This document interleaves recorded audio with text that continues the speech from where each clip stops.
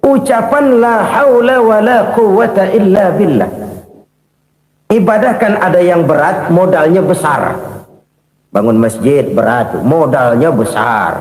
Bangun rumah sakit berat, modalnya besar. Ada ibadah yang berat tapi modalnya ringan. Misalnya puasa. Puasa itu berat, mengendalikan nafsu. Kalau sekedar nggak makan nggak minum sih enteng, mengendalikan nafsu itu jihad terbesar. Tapi kan modalnya ringan, cuma niat saja. Ini ibadah berat, modalnya ringan. Ada ibadah yang ringan, modalnya juga enteng. Seperti termasuk ucapan la haula wa la quwwata illa billah. Tanpa sadar, la haula wa la quwwata illa billah, nyelengin tuh di surga. Nyelengin, kita nggak terasa nyelengin simpenan akhirat. La haula wa la quwwata illa billah, nyimpan lagi. Kaget, la haula wa la quwwata illa billah, nyimpan lagi. Banyak simpenan. Walaupun sebenarnya yang dimaksud di sini adalah kesadaran batin bahwa tidak ada daya dan kekuatan kecuali Allah. Itu intinya. Kita memulai pekerjaan disunahkan baca bismillah, kan begitu? Apa itu? Kesadaran moral bahwa ini saya bisa kerjakan. Saya kerjakan ini dengan menyebut nama Allah. Kenapa? Kalau Allah tidak memberikan daya dan kekuatan, mana mampu saya kerjakan ini. Maka saya kerjakan ini dengan menyebut nama Allah. Bismillah. Kesadaran moral. Manusia hanya wajib berusaha, tapi nggak pernah wajib berhasil. Banyak hal-hal yang kalau kita renungkan secara rasio nggak mungkin, tapi jadi kenyataan. La haula wa la quwwata illa billah. Tidak ada daya dan kekuatan kecuali bagi Allah semata-mata. Kesadaran moral akan kelemahan dan keterbatasan makhluk bernama manusia. Kadang kita kagum dengan otak, tapi kita sering lupa sama yang bikin otak.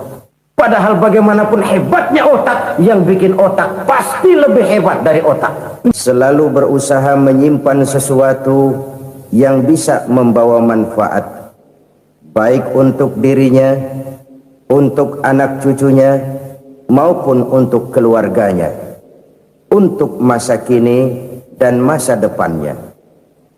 Kadang simpanan itu berbentuk uang, kadang berupa tanah, lain saat berbentuk pabrik, dan lain sebagainya. Sementara masa depan yang paling pasti adalah akhirat. Jika untuk masa depan dunia kita rela memeras keringat, membanting tulang, pergi pagi dan pulang petang, menyimpan uang, menyimpan tanah, menyimpan pabrik, pernahkah kita merenung jika satu saat kiamat datang, kita dibangkitkan dari kubur masing-masing, berdiri di padang mahsyar untuk mempertanggungjawabkan seluruh kegiatan hidup kita di dunia ini. Lalu kita akan menuju ke alam akhirat. Sudahkah kita mempunyai simpanan untuk akhirat kita? Pada pertemuan kali ini saya ingin menyampaikan sebuah hadis di mana Rasulullah sallallahu alaihi wasallam bersabda, arba'un min kanzil jannah. Simpanan sorga ada 4 macam. Yang pertama, ikhfa'us sadaqah, menyembunyikan sedekah. Saudara-saudara kaum muslimin, sebagaimana yang kita maklum bahwa Allah subhanahu wa ta'ala melebihkan sebagian rezeki dari kita terhadap yang lain. Ada yang kaya, ada yang setengah kaya, ada yang miskin, ada yang setengah miskin, dan selanjutnya. Ada yang gajinya kecil tapi penghasilannya gede. Ada yang penghasilannya gede tapi nggak punya gaji.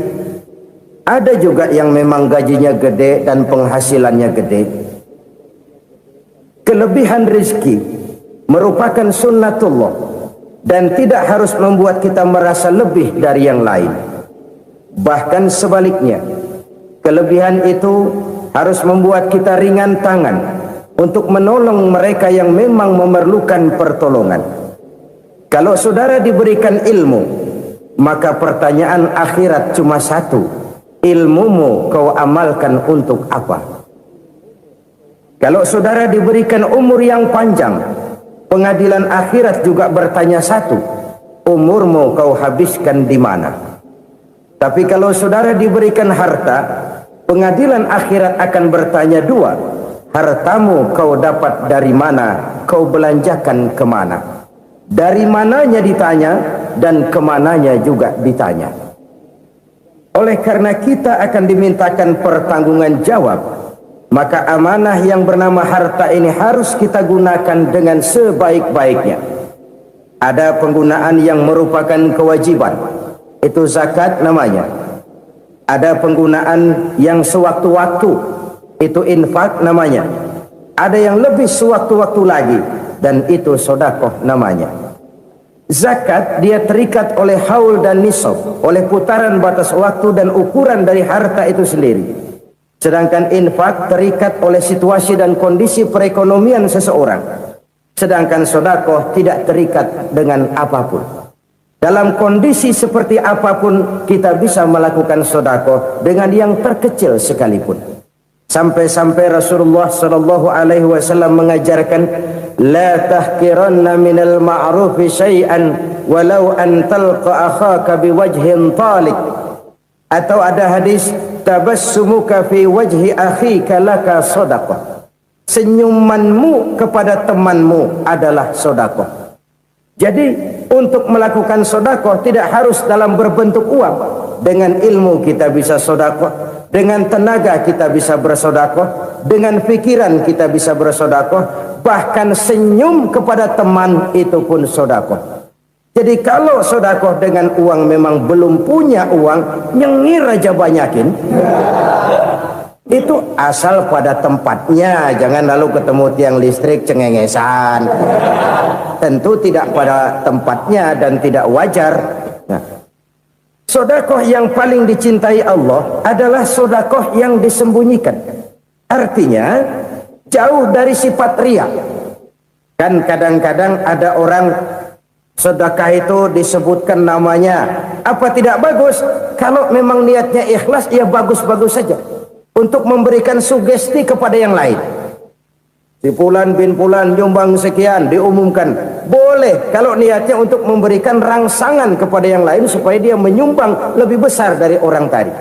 Tapi kalau itu mendatangkan riya, maka sedekah yang paling dicintai Allah adalah sedekah yang disembunyikan.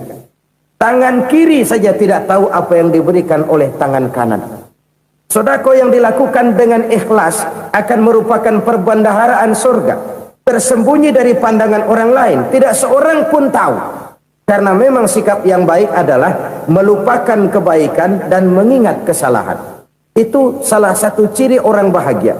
Orang yang selalu mengingat kesalahannya dan berusaha melupakan segala kebaikannya. Kalau dia akan berada kebaikan, dia tidak bisa ikut, dia merasa rugi karena dia merasa belum pernah berbuat baik. Tapi kalau akan melakukan kesalahan baru, dia ingat kesalahan yang sudah-sudah, sehingga terhalang baginya untuk melakukan satu kesalahan baru. Demikianlah saudara-saudara, bahwa Allah melebihkan rizki sebagian kita dari yang lain, agar terjadi tolong-menolong dalam kehidupan ini. Jadi kesenjangan yang nature, kesenjangan yang alami, itu sunnatullah. Ada yang kaya, ada yang miskin, ada yang kelas menengah. Nah, kenapa lalu sekarang kita berusaha mengentaskan kemiskinan? Oleh karena adanya kesenjangan struktural. Kalau yang kaya bisa semakin kaya, kenapa yang miskin tidak bisa naik jadi ikut sedikit kaya? Sebab pada dasarnya Islam adalah agama yang sejak turunnya sudah berupaya memerangi kemiskinan. Bahkan dikatakan kemiskinan itu mendekatkan kepada kekufuran. Orang kalau miskin udah dekat banget sama kafir. Gampang menjadi kafir.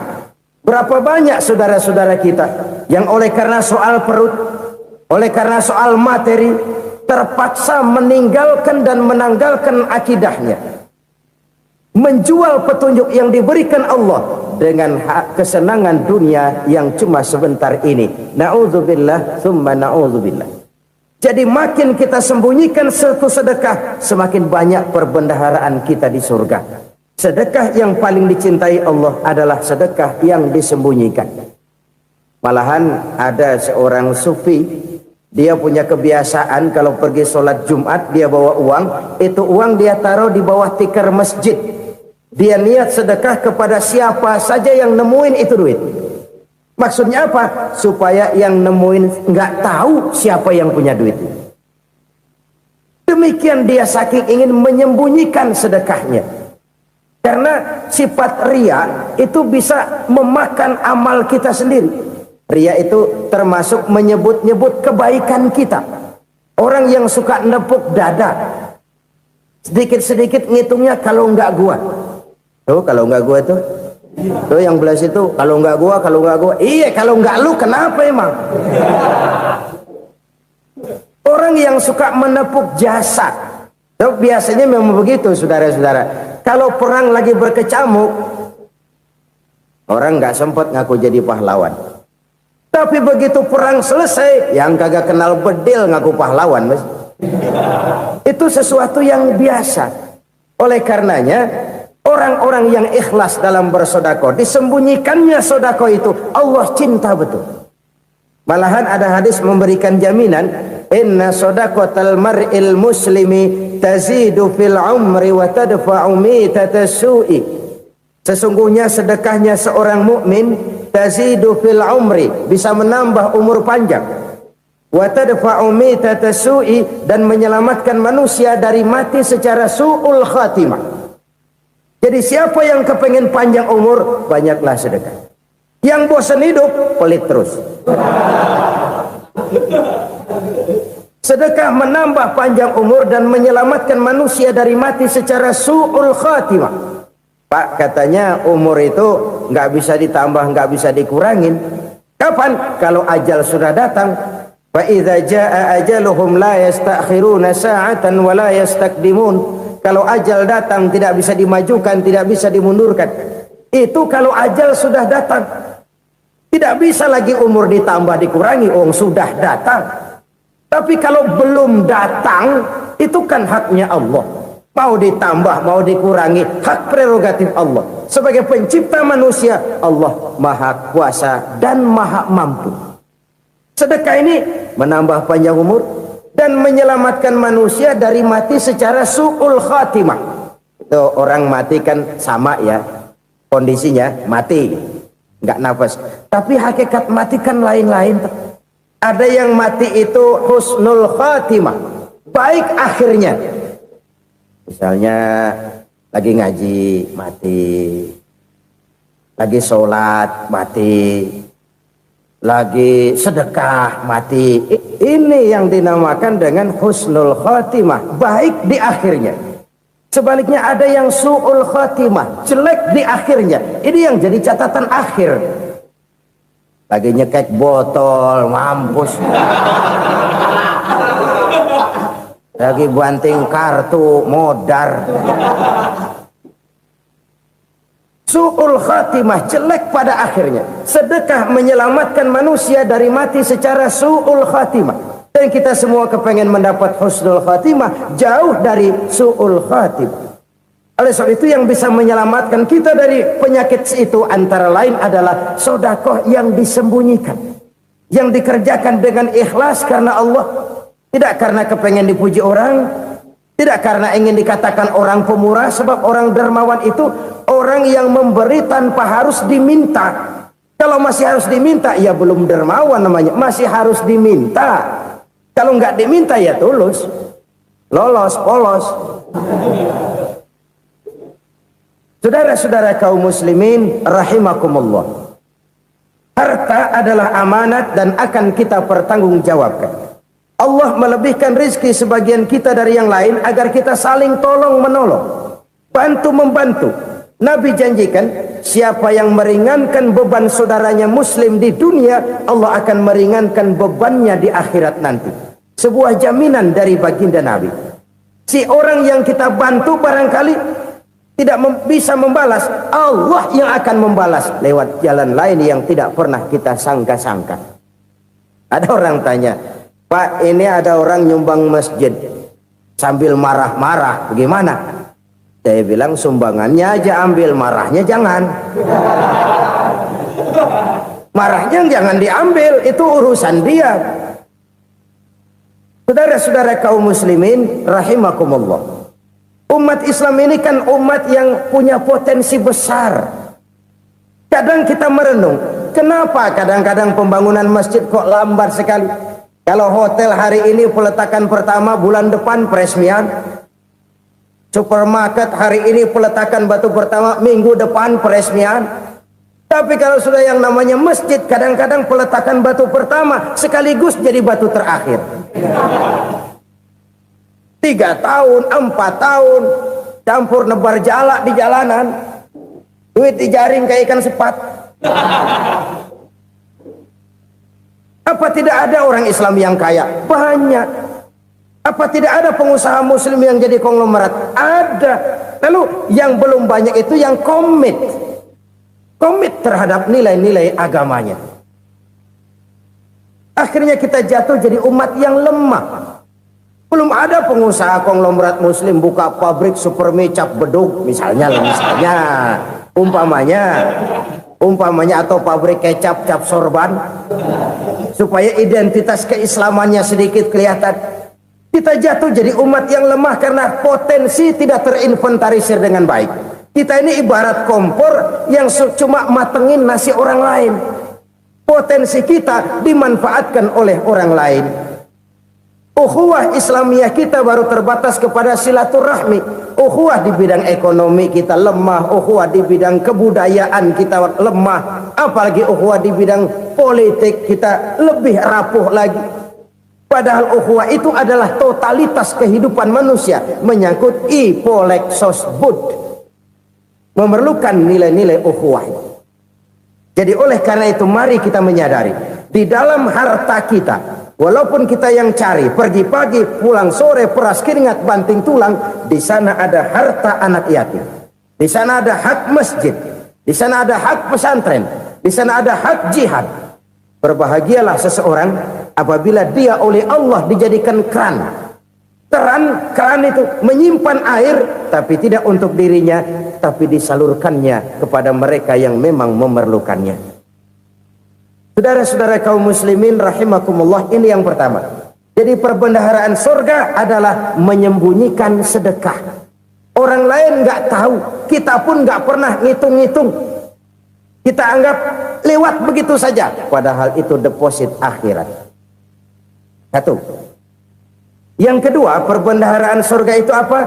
Wa kitmanul musibah, menyembunyikan kesulitan. Kadang orang takut menghadapi kesulitan. Tapi makin kita merenung, hidup ini kan sebenarnya urusan. Takut sama urusan ya jangan hidup. Tandanya orang hidup itu kalau punya urusan. Urusan melupakan problem. Problem sering menimbulkan kesulitan. Kesulitan bukan untuk ditakuti, tapi untuk diatasi dan dicarikan jalan keluarnya. Siapa sih orangnya yang nggak pernah sulit-sulit? Makin tinggi status sosialnya, makin gede urusannya. Makin tinggi kualitas imannya, makin berat tingkat kesulitannya. Cuma memang yang namanya enak itu seperti pelangi. Biang lala itu nggak pernah di atas kepala kita, di atas kepala orang melulu. Lo sih enak lo, kata kita. Dia juga bilang yang enak kan lo. Pelangi itu nggak pernah di atas kepala kita. Kata tukang beca, aduh enak ya naik Mercy. Kata tukang beca, apa yang di dalam mobil Mercy? Aduh enak bener tukang beca, di jok ngeringkuk ngorok pulas bener. Saya kamar pakai AC sejuk, tempat tidur sutra empuk, alga spring bed, kulak kulik nggak bisa pulas kalau belum minum Valium, belum tidur. Enak bener tukang beca, di jok ngorok nggak tahu wetan kulon. Si tukang beca bilang yang di Mercy enak, yang di Mercy bilang tukang beca enak. Inilah enak, nggak pernah di atas kepala kita, di atas kepala orang lain melulu enak itu. Nah saudara-saudara, yang merupakan perbendaharaan surga itu orang yang bisa menyembunyikan kesulitan, baik pribadi ataupun rumah tangga. Nih terutama rumah tangga yang jadi soalnya. Kadang-kadang kita ini kalau senang, sebaliknya kalau senang kita diam, kalem aja, cuek. Banyak banget duit kita bawaan, diam aja udah. Malah ketemu orang takut. Tapi begitu susah, sekampung tahu. Padahal Nabi mengajarkan perbendaharaan surga itu menyembunyikan musibah, menyembunyikan kesulitan. Kalau enak, cerita sama orang-orang. Kalau nggak enak, rasain sendiri, tekan sendiri, atasin sendiri. Kita kan sebaliknya. Senang kita diam, asal lagi susah, paling tidak kita nyari teman buat cerita kesusahan. Siapa orangnya yang nggak pernah susah? Cuma soalnya bagaimana kita mengatasi kesusahan itu sendiri. Begitu juga misalnya kalau orang sudah berumah tangga, itu orang tuanya harus menjadi tempat dia cerita yang enak-enak saja. Yang nggak enak rasain berdua, selesaikan berdua, atasin berdua. Jangan dibalik. Asal senang diam, giliran susah aja. Maknya laporan. Terbalik. Bisa menjaga security informasi. Maka nama bayam keluar diam. Malah seluitan. Enak amat lo makan daging ayam. Security informasi. Saudara-saudara kaum muslimin rahimakumullah.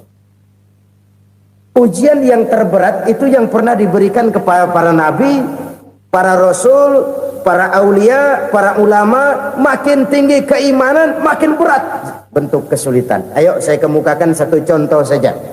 Ada seorang nabi yang kaya, nabi kaya, namanya Nabi Ayub. Iblis kalau orang begini kan keki, ibadahnya rajin, kaya. Nih yang kayak begini susah digodain. Kalau ibadahnya rajin, miskin, kali bisa disogok. Sini imannya mantap, ibadahnya rajin, kaya, nabi lagi. Oh, tapi namanya iblis, nggak kurang akal. Laporan, Tuhan, kenapa Les? Ya ini bahasa saya, bahasa Qurannya sih nggak gitu. Itu hambamu yang namanya Ayub, dia rajin ibadah cuma karena dikasih kaya aja. Coba kasih miskin dia, berhenti dia sembahyang. Ah, kamu bisa aja. Saya tahu Ayub itu hambaku yang ikhlas. Saya buktiin Tuhan, silahkan. Dibuktiinlah, iblis turun ke alamin. Yang mula-mula dia lakukan, dia rusak sawah ladang Nabi Ayub.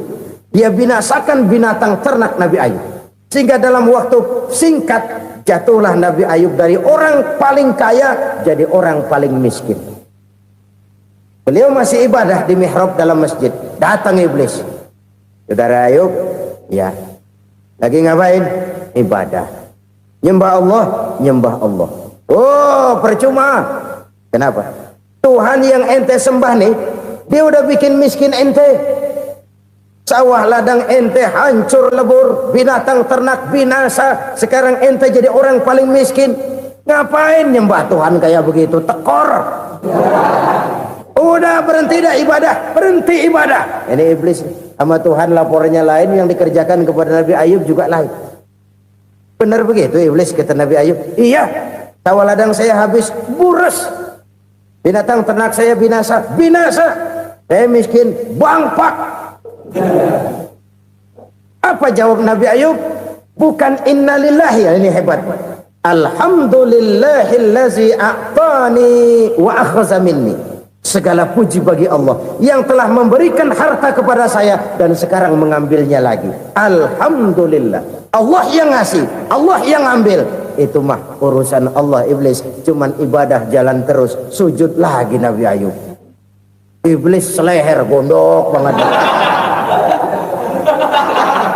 Dasar Nabi nggak mempan dia apa-apain.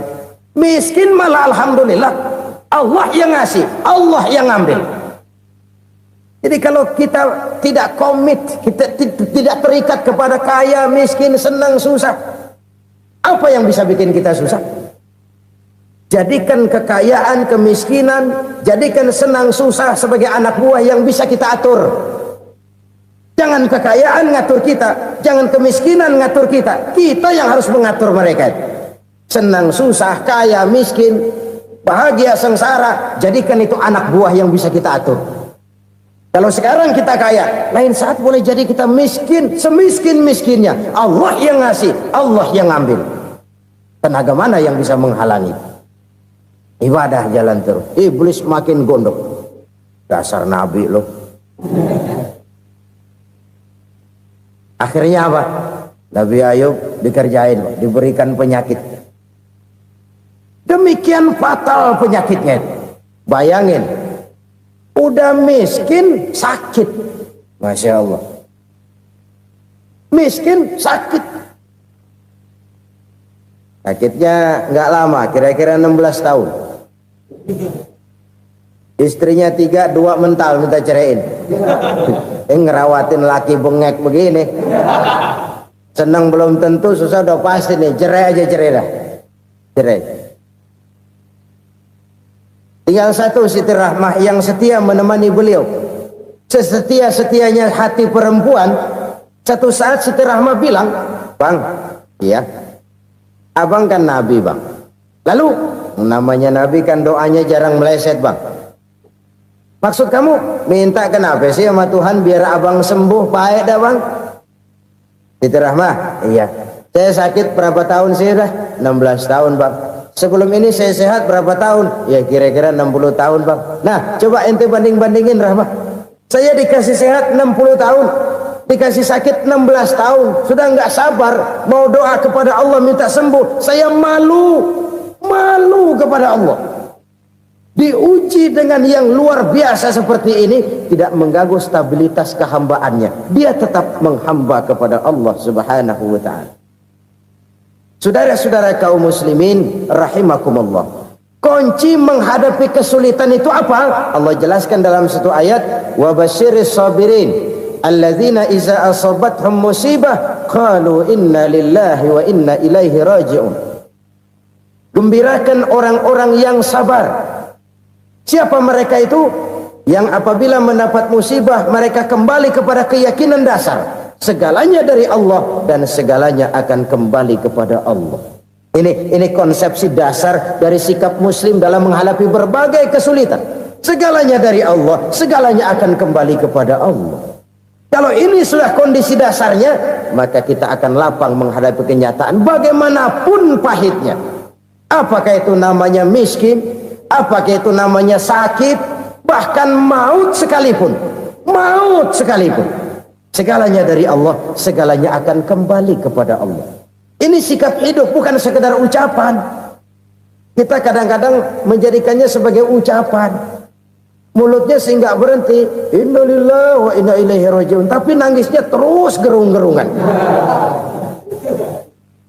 Bukan itu, ini kesadaran moral. Kalau segalanya dari Allah, segalanya kembali kepada Allah, kan sebenarnya cuma nunggu giliran. Hari ini saya nyembayangin dia, entah hari apa saya disembayangin orang. Hari ini saya antar dia ke kubur, entah hari apa orang nganterin saya ke kubur.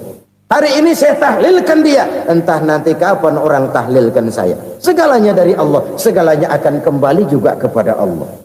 Oleh sebab itu saudara-saudara, kesulitan bukan untuk ditakuti. Kesulitan justru untuk diatasi, dicarikan jalan keluarnya. Dan tidak ada orang yang tidak pernah mendapat kesulitan. Tidak ada.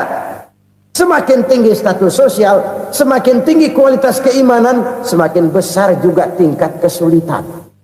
Hanya saja bagaimana cara kita mengatasinya. Dan Al-Quran menyatakan, "Inna ma'al usri yusra." Di balik kesulitan itu pasti ada kemudahan. Roda itu berputar. Karena itu Rasulullah sallallahu alaihi wasallam mengingatkan kepada kita, ta'arraf ilallahi firraha ya'rifka fisyiddah. Ingatlah kepada Allah di waktu kamu senang, supaya Allah ingat kepada kamu di waktu kamu susah. Kalau waktu senang kita ingat kepada Allah, kita susah, Allah tidak akan meninggalkan kita. Tapi kalau waktu senang kita jauh dari Allah, sujud tidak sempat, dengan masjid jauh, ketika senang kita lupakan Allah. Nanti begitu kita susah, Allah lupakan kita. Dan itu menyakitkan. Oleh karena itu orang-orang tua kita dulu bilang, kalau lagi sehat ingat-ingat lu bakal sakit nanti. Kalau lagi kaya ingat-ingat satu saat kita bakal jatuh miskin. Bahkan kalau lagi muda ingat-ingat kita bakal tua. Dan yang terpenting kalau lagi hidup ingat-ingat kita bakal mati. Saudara-saudara kaum muslimin rahimakumullah. Jadi yang kedua yang merupakan perbendaharaan surga, menyembunyikan musibah. Saudara-saudara kaum muslimin rahimakumullah. Hal ketiga yang merupakan perbendaharaan surga adalah wasilatur rahmi. Orang yang suka bersilaturahmi. Sebagaimana yang kita maklum bahwa manusia adalah makhluk yang disebut zon politika. Makhluk sosial yang tidak mungkin hidup sendiri-sendiri. Betapa dan siapapun kita memerlukan orang lain. Bodoh betul manusia kalau tinggal di tengah masyarakat tapi tidak mau bermasyarakat. Merasa hebat sendiri, pinter sendiri, gagah sendiri, kaya sendiri. Mungkin kalau mati juga ngubur sendiri. Jangankan kita di sini, di sorga saja Nabi Adam waktu sendirian bengong melulu, mondar mandir. Allah tegur dam sepi dam. Ya ini kalau bahasa saya. Iya Tuhan sepi ini nggak ada coret-corekan pisan ini. Diciptakan Siti Hawa baru anteng Nabi Adam. Itu di surga.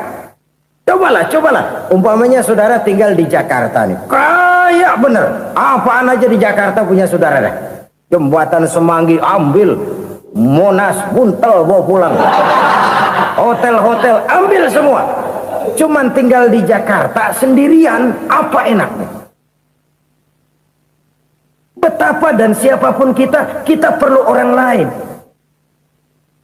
Tidak ada seorang pun yang bisa memenuhi kebutuhan hidupnya secara sendiri-sendiri. Nah, Islam telah menyelamatkan manusia dari ras diskriminasi. Mengikat manusia dengan persaudaraan yang berlandaskan kepada akidah. Karena itu dianjurkan bersilaturahmi.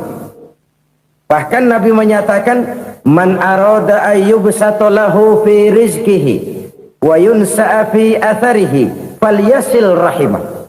Siapa yang kepengen diluaskan rezekinya dan dipanjangkan usianya, banyaklah ia bersilaturahmi.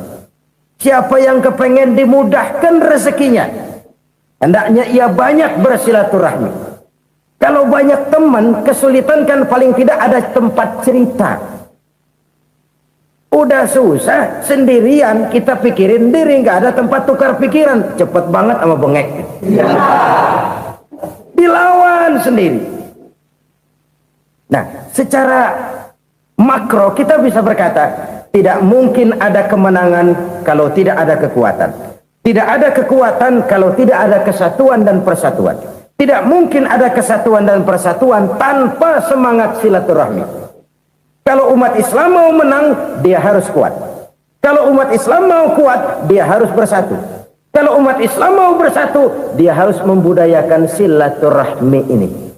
Bahkan sampai-sampai kata Nabi, kalau bisa cari nilai tambah. Apa? Silman qata'ak. Bersilaturahmilah kau kepada orang yang marah denganmu. Masya Allah, indahnya ajaran agama kita. Orang yang marah pun kepada kita, kata Nabi, kalau bisa bersilaturahmilah kepadanya, kepada orang yang marah itu. Di situ nilai tambah. Cuman jujur nih hadis, ngucapinnya gampang, ngamalinnya yang berat banget. Orang marah sama kita disuruh silaturahmi, ada apa malu? Lu marah, ada gue marahan lagi. Tunggu pikirin. Saudara-saudara kaum muslimin rahimakumullah. Tapi ini yang diajarkan, bahkan ini yang dicontohkan oleh baginda Rasul.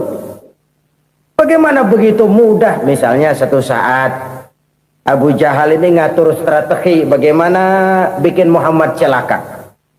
Dia gali lubang di depan tempat tidurnya. Dia tutupin daun korma. Terus dia panggil seseorang, ke sini. Kasih tahu Muhammad, pamannya sakit keras, minta ditengokin. Berangkat orang ini ke sana. Muhammad, labbaik. Pamanmu sakit keras, dia minta ditengokin. Baik, saya akan datang menjenguk beliau. Berangkatlah Nabi ke rumah Abu Jahal tanpa prasangka apapun.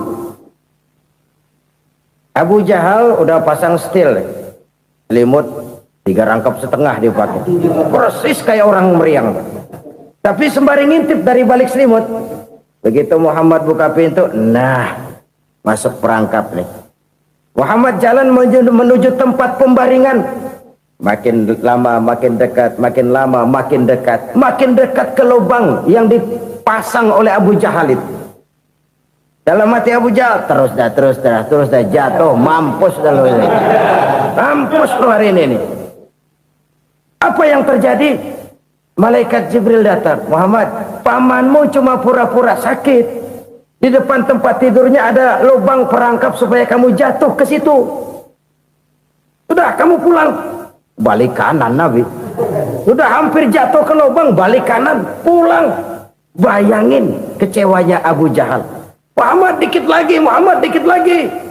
Enggak paman, saya pulang aja.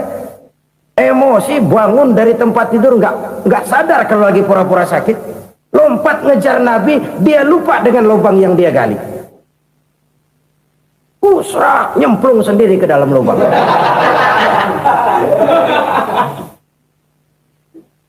Nabi terus berlalu.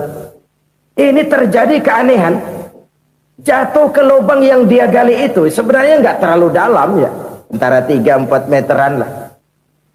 Tolong saya jatuh ke lubang ini. Datanglah pelayan-pelayannya itu. Angkat saya dari sini. Oh, yang ngulurin tambang. 1 gulung, belum juga nyampe itu tambah. Kurang, beli lagi ke warung. Sambung, ulur lagi, nggak juga bisa sampai. Wah, ini kerjaan Muhammad ini. Tolong, siapa salah seorang kamu ke rumah Muhammad, kasih tahu encangnya kecebur. Minta ditolongin. Sampaikan kepada Rasul. Kenapa? Pamanmu jatuh ke lubang, Muhammad minta tolong diangkatin. Tambang udah nyambung-nyambung nggak nyampe juga. Ya, nanti saya datang, saya tolong. Coba. Nyata-nyata orang berniat jahat mau mencelakakan dia. Datang dia menolong. Ini yang disebut air tuba dibalas air susu ya ini. Bukan sebaliknya. Air tuba dibalas air susu. Paman, kecebur ya? Iya Muhammad, tolong ini. Pegang tangan saya. Nabi ulurkan tangannya. Nyampe. Dipegang oleh Abu Jahal. Diangkat ke atas. Sampai atas. Apa kata Abu Jahal? Sihirmu memang hebat Muhammad. Udah ditolongin dikata sihir. Yang enak kita kemplang kan itu orang begitu. Urusan apa? Tapi inilah akhlak. Kalau bisa kamu bersilaturahmilah dengan orang yang marah kepadamu sekalipun. Orang marah kita tetap baik. So, kalau kita berbuat baik sama orang yang memang baik, rasanya sih biasa-biasa aja. Orang baik kita baik lagi, ya draw aja, belum ada nilai tambah di situ. Baru ada nilai tambah kalau kita bisa berbuat baik kepada orang yang nyakitin kita. Itu namanya kita setingkat di atas dia. Dia sakitin kita, kita berbuat baik sama dia. Dia pelit sama kita, kita baik sama dia. Dia marahin kita, kita deketin dia. Di situ kita punya nilai tambah. Jadi siapa yang ingin diluaskan rezekinya kata Nabi dan dipanjangkan umurnya, hendaklah ia banyak-banyak bersilaturahmi. Sederhana sebenarnya silaturahmi, tapi silaturahmi membangkitkan semangat kesatuan dan persatuan. Kesatuan dan persatuan melahirkan kekuatan. Dalam matematika 1 ditambah 1 pasti 2. Tapi di tengah masyarakat 1 orang takut ditambah 1 orang takut, hasilnya jadi 2 orang setengah berani. Kenapa setengah berani? Karena udah berdua. Tadi pan takut sendirian. Kalau dia kumpul turu-turu takut lah jadi berani.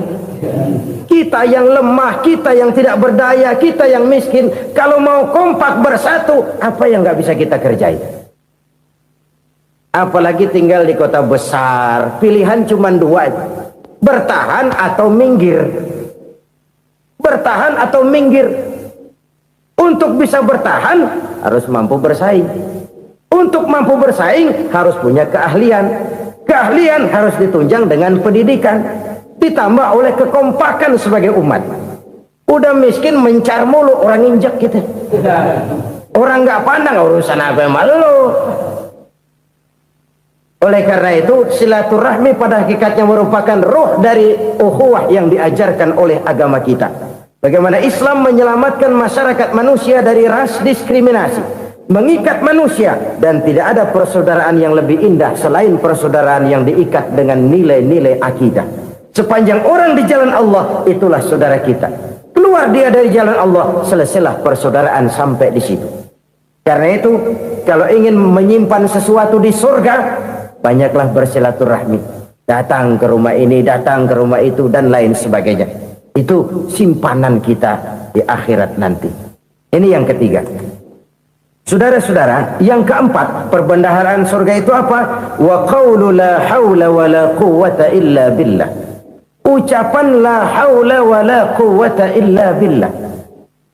Ibadah kan ada yang berat, modalnya besar. Bangun masjid berat, modalnya besar. Bangun rumah sakit berat, modalnya besar. Ada ibadah yang berat tapi modalnya ringan. Misalnya puasa. Puasa itu berat, mengendalikan nafsu. Kalau sekedar nggak makan nggak minum sih enteng, mengendalikan nafsu. Itu jihad terbesar, tapi kan modalnya ringan, cuma niat saja. Ini ibadah berat, modalnya ringan. Ada ibadah yang ringan, modalnya juga enteng.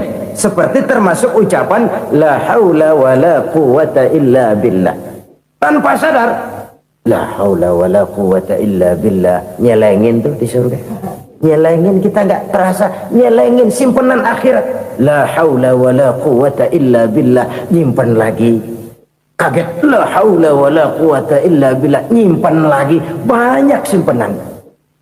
Walaupun sebenarnya yang dimaksud di sini adalah kesadaran batin bahwa tidak ada daya dan kekuatan kecuali Allah. Itu intinya. Kita memulai pekerjaan disunahkan baca bismillah, kan begitu. Apa itu? Kesadaran moral. Bahwa ini saya bisa kerjakan, saya kerjakan ini dengan menyebut nama Allah. Kenapa? Kalau Allah tidak memberikan daya dan kekuatan, mana mampu saya kerjakan ini. Maka saya kerjakan ini dengan menyebut nama Allah. Bismillah. Kesadaran moral. Manusia hanya wajib berusaha, tapi nggak pernah wajib berhasil. Banyak hal-hal yang kalau kita renungkan secara rasio nggak mungkin. Tapi jadi kenyataan. La haula wa la quwwata illa billah. Tidak ada daya dan kekuatan kecuali bagi Allah semata-mata. Kesadaran moral akan kelemahan dan keterbatasan makhluk bernama manusia. Kadang kita kagum dengan otak, tapi kita sering lupa sama yang bikin otak. Padahal bagaimanapun hebatnya otak, yang bikin otak pasti lebih hebat dari otak. Nggak percaya, silahkan otak-otakan. Inilah kecenderungan. Kita kagum dengan pesawat-pesawat mutakhir, bukan main, besi gede banget terbang itu. Alangkah hebatnya. Lalu apa yang bikin otak tidak lebih hebat dari itu semua? Kita puji laut, apa yang bikin laut tidak lebih hebat dari laut itu? La haula wa la quwwata illa billah. Tidak ada daya dan kekuatan kecuali Allah. Apa yang bisa kita lakukan? Kalau tidak karena daya dan kemampuan yang diberikan oleh Allah kepada kita. Lahirlah sikap tawadu, rendah hati. Tidak melonjak menjadi angkuh dan sombong. Sadar akan kelemahan dan keterbatasan diri. Sebagai makhluk yang diciptakan oleh Allah subhanahu wa ta'ala. Jadi satu sisi ini ucapan yang berpahala. La haula. Jadi wiridan. Pada sisi lain ini kesadaran moral. Sikap mental, kesadaran batin bahwa yang punya daya dan kekuatan itu cuma Allah. Kita nggak pantas untuk sombong, sebab sombong itu pakaiannya Allah. Kita nggak sedang pakai pakaian Allah, kegedean. Dan makin kita renungi, makin terbentur. Apa sih yang bisa kita sombongin? Kita mau sombong apa? Kayak pintar, itu kan semua relatif. Di atas langit masih ada langit lagi. Jadi oleh karenanya, marilah kita menyadari Manusia hanya wajib berusaha, tapi tidak pernah wajib berhasil. Yang berusaha saja tidak wajib berhasil, apalagi yang tidak berusaha. Islam bukan agama orang pemalas yang selesai sholat lalu endelohom, enggelenggem ayem-ayem.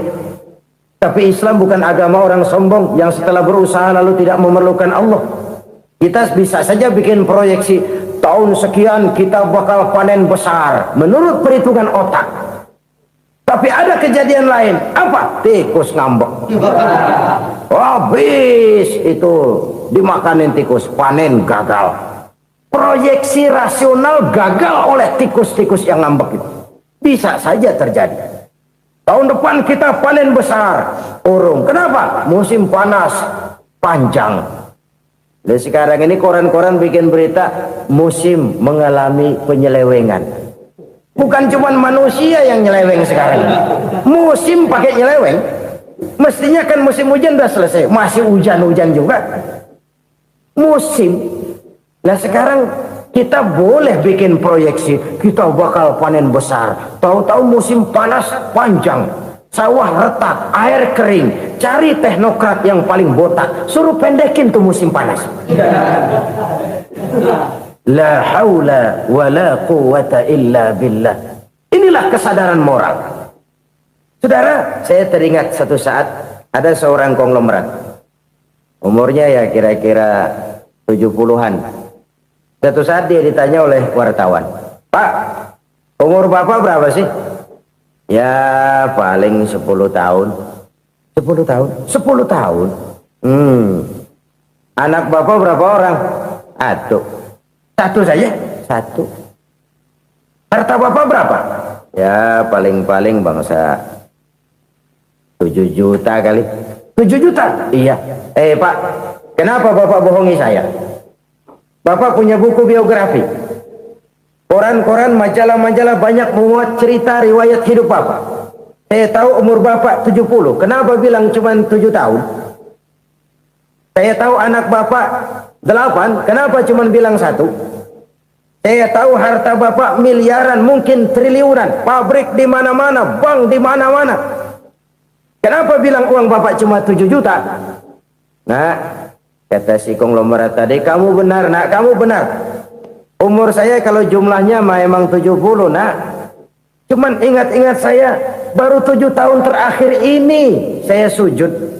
Baru 7 tahun terakhir ini saya berusaha dekat dengan Allah. Saya laksanakan perintahnya. Saya jauhi larangannya. 7 tahun inilah rasanya yang ada nilainya di hadapan Allah. Yang 63 tahun matong, kelabu, kelem umur gue. Habis untuk maksiat, untuk munkarat. Maka ketika ditanya tadi, umur saya 7 tahun itu. Oh begitu Pak. Oh iya. Lalu anak Pak. Anak Bapak kan 8. Kenapa bilang cuma 1? Nah, kalau jumlah hitungannya memang anak saya 8. Tapi dari 8 orang ini rasanya cuma 1 nih. Yang bakal jadi buah hati, belahan jantung. Pelanjut cerita, penerus sejarah. Bakal jadi anak soleh yang akan mendoakan saya.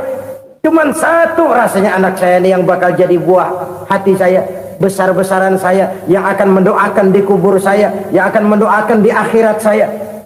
Yang 7 orang mana? Masya Allah, yang atu tenggeng, yang atu nyekek botol lolo, yang atu nggak karu-karuan. Makanya saya bilang 1 anak saya yang akan bisa mendoakan saya. Oh begitu Pak. Iya. Nah harta Pak, harta Bapak kan triliunan. Pabrik Bapak di mana-mana. Uang Bapak hampir di tiap bank-bank besar. Kenapa bilang cuma 7 juta? Betul kau nak. Harta saya kalau jumlahnya memang miliaran, triliunan mungkin. Tapi yang saya ingat baru 7 juta tuh yang saya belanjakan di jalan Allah. Saya nyumbang masjid, saya santuni yatim piatu, saya bantu pembangunan pesantren, saya bantu pembangunan rumah sakit Islam. Itu yang akan saya bawa pulang ke akhirat, yang 7 juta itu. Yang triliunan itu nanti akan diperebutkan oleh anak-anak saya sebagai waris saya. Jadi harta saya 7 juta itu yang bakal nemenin saya di akhirat. Yang akan saya bawa pulang jadi teman saya. Saudara-saudara kaum muslimin, jangan-jangan orang tua itu adalah kita-kita ini. Jangan-jangan Kita-kita ini adalah orang tua itu. Jangan-jangan itu potret dari diri kita masing-masing. Dari sekian umur yang diberikan Allah, berapa tahun yang ada nilainya di hadapan Allah? Dari sekian anak-anak yang merupakan amanah, berapa yang akan mendoakan kita sebagai orang tuanya menjadi anak soleh? Dari sekian banyak harta yang diberikan Allah, berapa yang akan kita bawa pulang menghadapnya nanti, yang kita belanjakan di jalan Allah? Ini sebuah potret kehidupan. Karena itu kita kembali kepada la haula wa la quwwata illa billah. Kita wajib berusaha, kita wajib berikhtiar. Selebihnya segala daya dan kekuatan hanya milik Allah saja semata-mata. Satu kesadaran batin dari setiap pribadi muslim. Setelah ia berusaha dan berikhtiar, ia menyerahkannya kepada Allah Subhanahu wa ta'ala. Jadi satu sisi ini merupakan wiridan ucapan yang mengandung pahala, pada sisi lain ini merupakan sikap batin dari seorang muslim di dalam ia menghadapi realitas kehidupan ini. Saudara-saudara kaum muslimin rahimakumullah, kalau ini kita jadikan satu basis kehidupan, maka ini akan menyelamatkan manusia dari kemungkinan tergelincir menjadi orang yang lupa diri dan lupa darat. Sebab itu Imamul Ghazali berpesan, jadidis safinah fa innal bahra amiq wa khuziz zad fa inna safara ba'id wa khaffifil hamla fa innal hamla sadid. Perbarui selalu kapalmu karena lautan sangat dalam. Bawa bekal yang banyak karena perjalanan ini sangat jauh. Ringankan beban karena kebanyakan beban akan menyakitkan. Alangkah indah kalimat ini, alangkah dalam makna yang terkandung di sana. Perbarui selalu kapalmu karena lautan sangat dalam. Apa artinya ini? Jaga mentalmu baik-baik. Pelihara imanmu baik-baik karena hidup penuh cobaan seperti lautan. Kita kalau berlayar di lautan kan kadang-kadang tenang, angin bertiup sepoi-sepoi basah. Jika malam datang, bintang gemintang bertabur menghias cakrawala. Rembulan memantulkan sinarnya dengan indah. Dalam keadaan begitu berlayar enak. Tapi lain saat ombak menggunung, halilintar menyambar, angin topan bertiup. Berapa banyak sudah saudara-saudara kita yang tenggelam di lautan dunia tanpa sadar bahwa dia belum sampai kepada pantai yang akan dituju. Berapa banyak sudah saudara-saudara kita yang tenggelam di lautan dunia ini tanpa sempat bangkit lagi. Dia menyangka sudah sampai kepada tujuannya. Hati-hati kapal jangan sampai bocor karena lautan sangat dalam. Iman ini jaga baik-baik karena hidup penuh dengan ujian. Wa khuzizat fa inna safara ba'id. Bawa bekal yang banyak karena perjalanan sangat jauh. Saudara mau ke Bandung, bawa duit. Saudara mau ke Surabaya, banyakan lagi duitnya. Saudara mau ke Mekah, gepokan, iketan tuh duit, nggak lembaran lagi. Makin jauh perjalanan, makin banyak bekal yang harus kita bawa. Kalau saudara dari Jakarta mau ke Surabaya, kagak bawa duit berangkat juga, itu sih bukan berani namanya, nekat. Sampai Surabaya belum tentu, sengsara di jalan udah pasti. Kenapa? Nggak bawa bekal berangkat. Sama juga kita nih, misalnya belum sempat sembahyang, mati. Waduh, berani banget orang. Belum punya bekal, mati. Sengsara di jalan. Atau bekal tidak cukup. Dari Jakarta saudara mau ke Surabaya, bawa duit 500 perak. Paling jauh Cikampek nyampenya itu. Paling jauh itu. Antara jauhnya perjalanan dengan bekal yang saudara bawa tidak seimbang. Hidup ini perjalanan panjang. A walking tour. Dimulai dari alam arwah. Sebelum jasad diciptakan, roh diciptakan lebih dulu. Dari situ pindah ke alam rahim. Dari alam rahim pindah ke alam dunia. Dari alam dunia pindah ke alam barzah. Baru menuju akhirat. Satu perjalanan panjang. Kalau bekal tidak bawa, sengsara di jalan. Bawa bekal yang banyak karena perjalanan ini sangat jauh. Wa khaffifil hamla, ringankan beban karena beban itu cuma akan menyulitkan. Kalau bekal itu sih keperluan, tapi beban nggak kita perluin, coba ngeberat-beratin. Apa ini beban? Dosa. Kecurangan, kebatilan, kezoliman, ketidakadilan, kesewenang-wenangan. Itu akan jadi beban kita di akhirat. Alangkah celakanya, perjalanan panjang, bekal tidak bawa, beban kelewat banyak, alamat sengsara di jalan. Pahala tidak ada, dosa berlipat ganda. Na'udzubillah, summa na'udzubillah. Kalau kita rangkum nasihat Al-Ghazali dengan kisah si konglomerat tadi, kita akan mengambil kesimpulan. Pertama, bekal terbaik dalam menghadapi gejolak kehidupan ini tidak lain adalah iman. Yang kedua, pahala dan dosa. Dua hal kontroversial. Pahala adalah bekal, dosa adalah beban. Tapi kita sekarang kan tidak begitu terangsang kepada yang abstrak. Orang berlomba mencari yang konkret-konkret saja, yang real. Kalau memang dosa, benjol dong, kira-kira begitu. Kira-kira begitu. Persis orang Yahudi dulu. Orang Yahudi itu kan pernah minta kepada Nabi Musa, Ya Musa, lan nu'mina laka hatta narallaha jahrah. Musa, kami nggak bakal mau beriman kepada Allah kalau belum kami lihat Allah ada nongkrong di depan kami. Kalau memang Tuhan ada, taruh dong di depan kami. Mau yang konkret-konkret saja. Kalau memang dosa, benjol dong. Kalau memang pahala, berasa dong. Orang terangsang kepada yang real, yang konkret-konkret saja. Karena itu, untuk mengejar dosa, orang mau bayar. Tapi untuk mengejar pahala, walaupun tidak bayar, orang segan. Ini yang dikatakan oleh Nabi, kamu mengharapkan ke surga, tapi kamu berat melaksanakan sesuatu yang bisa membawa kamu ke surga. Kamu ingin jauh dari neraka, tapi tiap saat kamu lakukan perbuatan-perbuatan yang justru menjerumuskan kamu ke neraka. Idda'aitum an-najata minan nar wa ramaitum fiha anfusakum. Kamu ingin selamat dari neraka, tapi kamu lemparkan diri kamu ke neraka. Kamu ingin masuk surga, tapi berat sekali kamu melakukan perbuatan-perbuatan yang bisa menyampaikan kamu di surga. Saudara-saudara kaum muslimin rahimakumullah. Jadi hal keempat yang merupakan perbendaharaan surga adalah la haula wa la quwwata illa billah. Satu sisi ini merupakan ucapan yang memperberat timbangan akhirat. Pada sisi lain ini merupakan sikap hidup seorang muslim.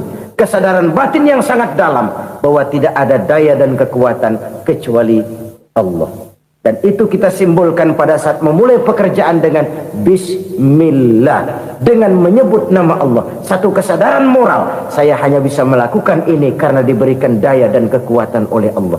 Lahirlah sikap tawadu, rendah hati, tidak melonjak menjadi angkuh dan sombong. Saudara-saudara, sampai sini dulu jumpa kita kali ini. Semoga 4 perbendaharaan surga ini dapat kita lakukan, yang kelak akan merupakan bekal kita di kemudian hari. Dari penganut setiap agama untuk berpendapat bahwa hanya agamanya sajalah satu-satunya agama yang benar. Keyakinan seperti ini wajar. Keyakinan seperti ini normal, biasa, dan memang seharusnya. Tetapi keyakinan seperti ini pun bukan merupakan satu keyakinan yang harus ditudingkan keluar, tetapi lebih banyak ditujukan ke dalam, dengan tujuan pertama untuk meningkatkan keimanan umat.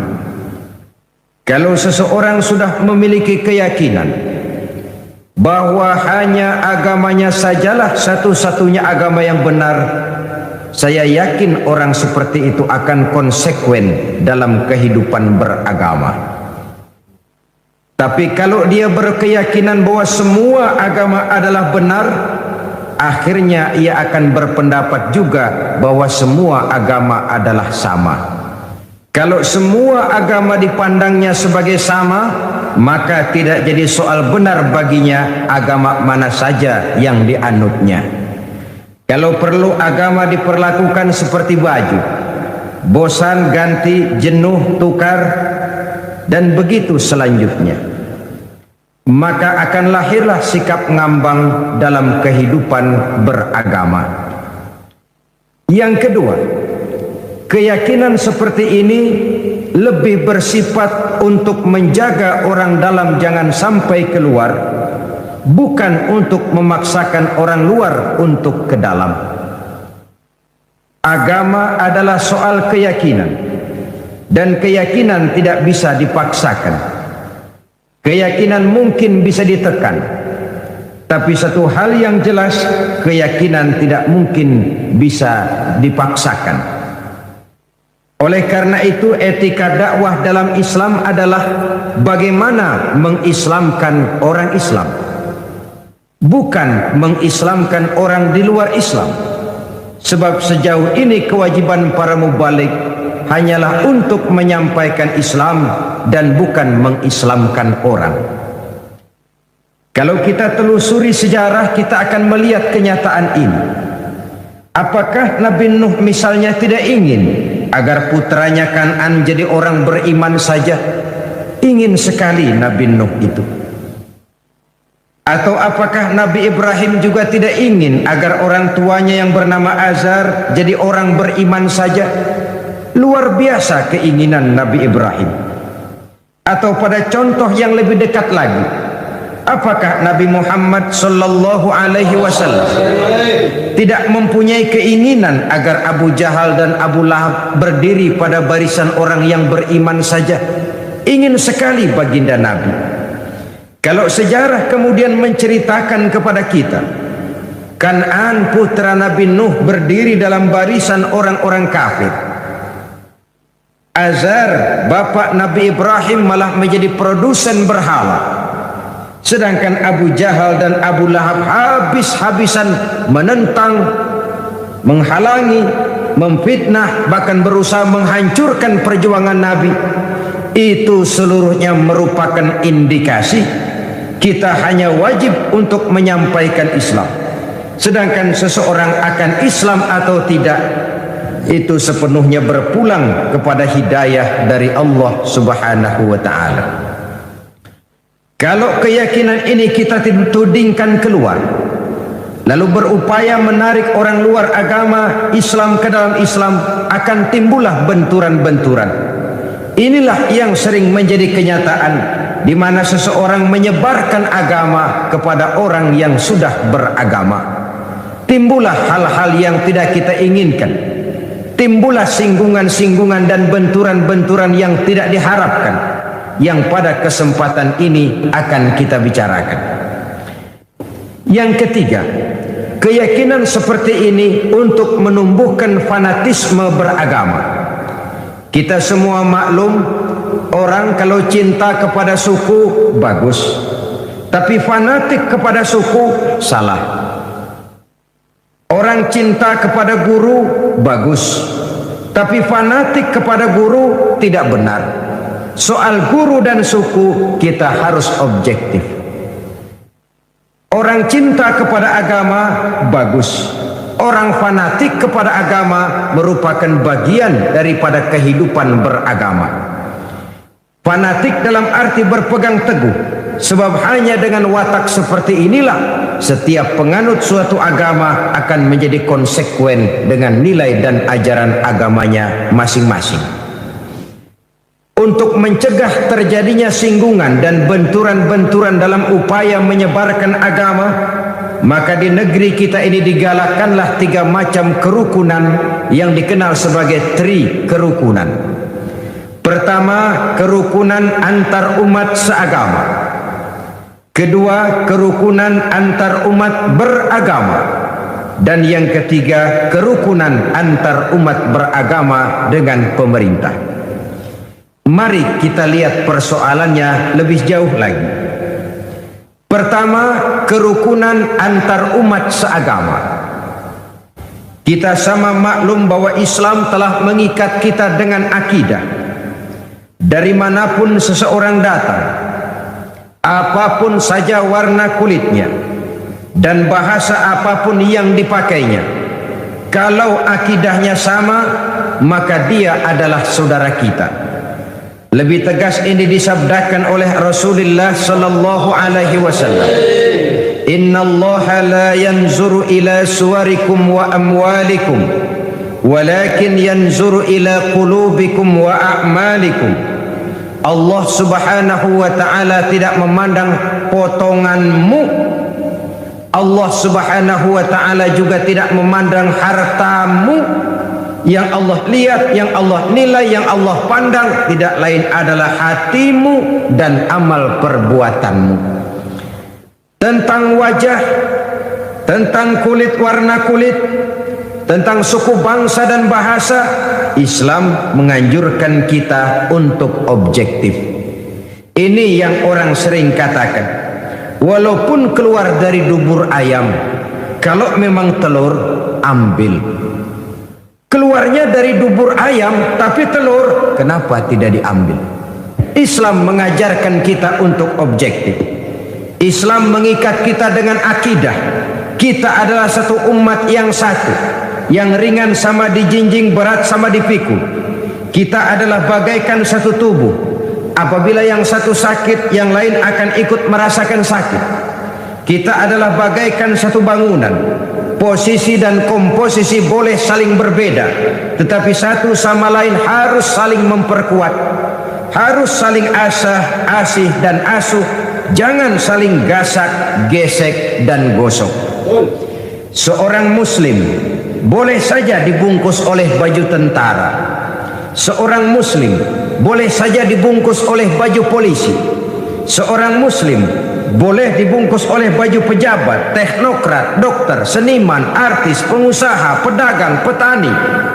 Tapi baju apapun yang membungkus badannya, jiwa dan semangat Islamnya tidak boleh luntur oleh baju yang membungkus badannya itu. Lalu mampu menyusun kebersamaan untuk kemajuan dan kepentingan kita bersama. Soal perbedaan pendapat halal. Soal perbedaan pendapat wajar, kepala sama hitam pendapat tentu berbeda. Tapi marilah kita lapang dada untuk menerima perbedaan pendapat, mencoba memandang orang lain tidak cuma dari sudut kepentingan sendiri saja, tidak cuma dengan kacamata kita saja, tapi mampu melihatnya dalam konteks yang luas. Hanya dengan demikian kita akan menjadi arif, menjadi bijaksana di dalam memberikan penilaian dan tidak terjebak kepada sudut pandang kita sendiri saja. Saudara-saudara kaum muslimin rahimakumullah, sudah lewat masanya kita umat Islam berkotak-kotak karena hal-hal kecil yang tidak prinsip. Sudah lewat masanya kita bertengkar karena hal-hal kecil yang menyangkut soal-soal teknis. Sudah datang waktunya kita menyusun soft yang lebih lurus. Oleh karena tantangan-tantangan yang akan kita hadapi jauh lebih berat dari yang sudah kita lalui. Dan tentu orang yang tidak senang umat Islam bersatu masih banyak. Orang yang tidak senang umat Islam kompak masih gentayangan di mana-mana. Terang-terangan menghantam Islam, jelas mereka tidak berani. Kenapa? Ada satu modal positif dari kita umat Islam, yaitu fanatisme agama. Artinya, walaupun konsep agama tidak dilaksanakan, tapi kalau jihad dan berjuang untuk agama, dia mau berkorban nyawa. Ini merupakan modal yang positif. Maka orang ngerti betul, kalau Islam dihantam terang-terangan, yang paling goblok juga mesti marah. Mesti marah, mesti tersinggung, mesti terhina. Kalau agamanya dihantam terang-terangan, dia mesti bangkit. Maka untuk menghantam Islam, orang tentu masih menerapkan teorinya Slaughter-Gronye. Orang masih memakai taktik dan strateginya Dr. Van der Plas. Mau menghantam Islam, masuk ke dalam, bikin kacau Islam dari dalam. Tidak bisa assalamualaikum latihan, assalamualaikum, tidak bisa pakai sorban. Bicara di tengah umat Islam seolah-olah untuk kepentingan dan membela umat Islam, di belakangnya tidak lain tujuannya untuk menghancurkan Islam dari dalam. Maka kiai diadu dengan kiai, ulama diadu dengan ulama, umat bertengkar dengan sesama umat karena perbedaan organisasi. Maka jadilah kita nasib umat Islam persis seperti jangkrik. Marilah kita menyadari bahwa perbedaan pendapat satu hal yang wajar. Seorang muslim boleh dibungkus oleh baju apapun saja, tapi jiwa dan semangat Islamnya tidak boleh luntur oleh baju yang membungkusnya. Islam adalah milik muslim. Apa dia jadi tentara, apa dia jadi polisi, apa dia jadi pejabat, apa dia jadi seniman, apa dia jadi teknokrat, apa dia jadi artis, jikalau dia muslim, maka Islam adalah miliknya. Harus wajib dijaga dan dibela secara bersama-sama. Saudara-saudara kaum muslimin rahimakumullah. Oleh karena itu, jangan cuma bisa mempelajari dan membaca kitabnya Imam Syafi'i, tapi belajar jugalah akhlak dan etikanya Imam Syafi'i. Jangan hanya sekedar membaca dan mempelajari kitabnya Imam Abu Hanifah, tetapi belajar dan simak jugalah akhlak daripada Imam Abu Hanifah. Satu contoh yang ringan saja. Imam Syafi'i berbeda pendapat dengan Imam Malik, tapi Imam Syafi'i tidak pernah menyalahkan Imam Malik. Ini yang saya maksud akhlak. Berbeda pendapat, tapi tidak saling tuding, tidak saling menyalahkan. Imam Abu Hanifah berbeda pendapat dengan Imam Syafi'i, tapi Imam Abu Hanifah tidak pernah menyalahkan Imam Syafi'i. Bahkan ada satu riwayat, satu malam Imam Abu Hanifah ziarah ke makam Imam Syafi'i. Lalu beliau menginap di sekitar komplek itu. Ketika subuh beliau sholat menjadi imam dan beliau membaca doa kunut pada rakaat kedua. Selesai sholat, murid-murid beliau bertanya, "Ya Syekh, Tuan Imam, Tuan kan memfatwakan tidak pakai kunut." Betul. Kenapa sekarang Tuan sendiri pakai kunut? Apa jawab Imam Syafi'i? Apa jawab Imam Abu Hanifah? Sederhana saja. Ihtiraman li Syafi'i. Saya menghormati pendapatnya, saya menghormati fatwanya daripada Imam Syafi'i ini.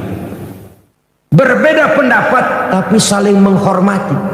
Berbeda pendapat tapi tidak saling menyalahkan. Ini yang hilang sekarang. Kita baru beda pendapat sedikit aja kayaknya udah lakum dinukum. Maka perbedaan pendapat tidak lagi jadi rahmah, malah sering jadi bala. Dalam kehidupan sehari-hari kita sering lihat di desa-desa terpencil ini terangkat ke permukaan. Yang satu usoli, yang satu enggak, pisah RW. Yang satu Jumatan azan sekali, yang satu 2 kali bikin masjid di samping masjid. Satu kunut, satu tidak, main asah bendok. Kalau hal seperti ini berkelanjutan, kita akan tertarung di kaki teman sendiri, menggunting dalam lipatan, menjegal kawan seiring, dan kita sendiri yang akan menderita kerugian. Oleh karena itu, pada pertemuan kali ini, marilah kita bina kerukunan antar umat seagama. Baju boleh berbeda, bendera boleh beraneka warna, kaos dan jaket boleh juga tidak sama. Tapi jikalau merasa muslim, jangan perbedaannya yang kita perbesar, tapi persamaannya yang kita cari. Hanyalah jikalau kita rukun, kompak, guyup dan bersatu, saya yakin kita akan bisa berbuat lebih banyak, baik untuk kepentingan agama, bangsa dan negara yang sama-sama kita cintai ini. Tapi jikalau kita berpecah belah, centang perenang, satu ke barat, satu ke timur, lain ke utara, satu lagi ke selatan, tidak ada persamaan persepsi, maka kita akan tertarung di kaki teman sendiri. Kita juga yang akan jadi lemah akibatnya. Saudara-saudara kaum muslimin rahimakumullah. Oleh karena itu, kerukunan antar umat seagama merupakan hal yang wajib kita laksanakan, agar dengan itu kita menjadi satu umat yang kuat untuk sanggup menjawab segala tantangan-tantangan dan problema-problema yang timbul, untuk meningkatkan harkat dan martabat kehidupan umat beragama. Bahwa kita punya keyakinan Islam tinggi, tidak ada yang lebih tinggi lagi daripada Islam, itu benar. Yang salah kalau itu sekadar kita jadikan apologi, sekadar untuk teriak-teriak membanggakan diri tanpa kita mau melihat apa yang kenyataan di dalam kehidupan kita sebagai umat. Kita bangga berteriak al-Islam ya'lu wa la yu'la alaih. Islam itu tinggi dan tidak ada yang lebih tinggi lagi daripada Islam. Kalau soal Islamnya jelas, tapi kalau sudah bicara soal umatnya, kita ini kayak orang main layangan. Layangannya tinggi kelik di mana-mana, yang mainin tetap aja di bawah. Padahal kita tidak ingin bernasib seperti orang main layang-layang. Layang-layangnya tinggi mengapung, sedangkan yang main layang-layang tidak pernah kemana-mana. Kita ingin seperti orang naik membuat pesawat, lalu ikut naik pesawat, terbang bersama pesawat itu. Kalau Islam memang agama yang tinggi, maka kita Muslim juga harus menjadi umat yang tinggi. Tinggi pendidikannya, tinggi ekonominya, tinggi kesadaran beragamanya, berbangsa dan bernegaranya, tinggi nilai etikanya, tinggi semangat jihadnya, dan begitulah selanjutnya. Bukan sekedar apologi dengan menyanyi-nyanyikan Islam sebagai agama yang tinggi sementara kita berada di bawah. Untuk itu kita memerlukan kebersamaan, dan kebersamaan hanya akan muncul dengan kesadaran bahwa setiap kita merupakan bagian dari yang lain. Saudara yang jadi seniman, berjuanglah untuk Islam lewat karya seninya. Saudara yang pejabat, pergunakanlah jabatan itu untuk kepentingan agamanya, Islamnya, sebagaimana pejabat lain dari agama lain juga berbuat untuk kepentingan agamanya. Jangan kadang-kadang kalau sudah mau pensiun baru jihad.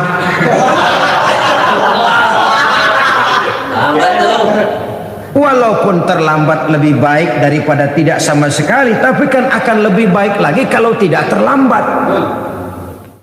Justru kalau mau berbuat untuk kepentingan agama, jangan nunggu sampai pensiun. Ini yang sering terjadi. Kalau sudah pensiun, tanda tangan udah kagak laku, memo udah nggak dihargain, pengaruh sudah nggak ada, baru mau jihad. Ngomongnya hebat, segala macamnya hebat. Kemarin kemana?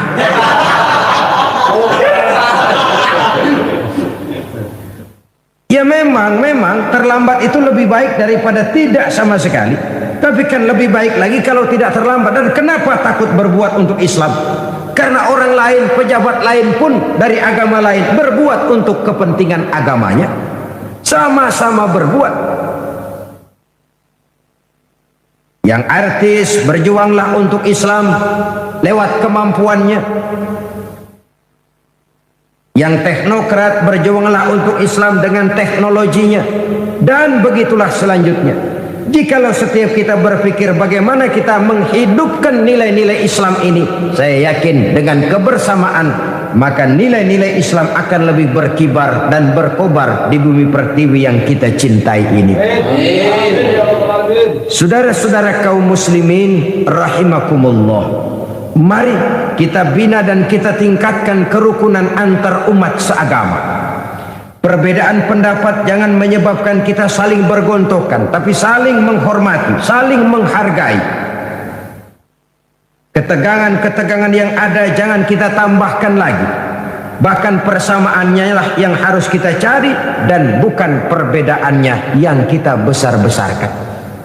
Mari kembali kepada kesadaran Islam telah mengikat kita dengan tali akidah. Wa'tasimu bihablillahi jami'an wa la tafarraqu. Berpegang teguhlah kamu kepada tali Allah, kepada Islam ini, kepada Al-Quran ini, dan jangan kamu berpecah belah, jangan kamu bercerai-berai. Quran tidak melarang kita berbeda pendapat, hadis tidak melarang kita berbeda pendapat. Baik Quran maupun hadis sama-sama melarang kita berpecah belah. Di dalam satu hadis Nabi memberikan peringatan tegas sekali. Isnani la yanzurullahu ilaihima yaumal qiyamah. Ada dua golongan manusia yang di hari kiamat nanti tidak akan dipandang oleh Allah Subhanahu wa taala. Dua macam manusia di akhirat nanti didiemin aja, nggak diaru-aruin, dipanteng, nggak diendain. Bukan main, saudara-saudara. Jangankan di akhirat, di dunia ini aja ya, kalau kita didiemin aja sama orang tua kita, bingung. Didiemin aja sama mertua, bingung. Bingung. Ini orang tua maunya apa, Bu? Ya kalau salah ditegur, kalau perlu diadili, diadili. Ini nggak didiemin aja, bingung. Apalagi itu di dunia, apalagi di akhirat. Sedangkan di akhirat nanti kan orang kan tumben ke akhirat kan. Belum pernah ada sebelumnya yang ke sana. Sudah ke akhirat baru pertama kali. Untuk seterusnya sampai sana nggak ada yang ngaruin, didiemin aja. Ya Allah, alangkah malangnya. Siapa mereka itu? Pertama kata Nabi, orang yang didiamkan saja oleh Allah itu qati'ur rahim, orang yang suka memutuskan silaturahmi, orang yang suka marah-marahan. Sakit palanya kalau nggak marahan sama orang. Saudara-saudara kaum muslimin rahimakumullah, ini kan simbol orang yang nggak mau rukun, orang yang nggak mau bersatu, merasa hebat kalau bisa ngantem orang lain, walaupun dia sendiri sebenarnya barangkali tidak lebih baik dari yang dihantamnya. Sebab biasanya maling ayam merasa hebat kalau berhadapan dengan maling kambing. Itu biasa. Dia nggak merasa bahwa dia nyolong ayam. Gua si ayam nggak apa-apa kecil, no, kambing no. Maling kambing akan merasa dirinya benar kalau berhadapan dengan maling kebo. Jadi kalau kita melihat kesalahan orang lain, kita sering lupa dengan kesalahan yang kita lakukan. Disinilah rahasia Nabi berpesan, tuba liman saghalahu aibuhu an uyubin nas.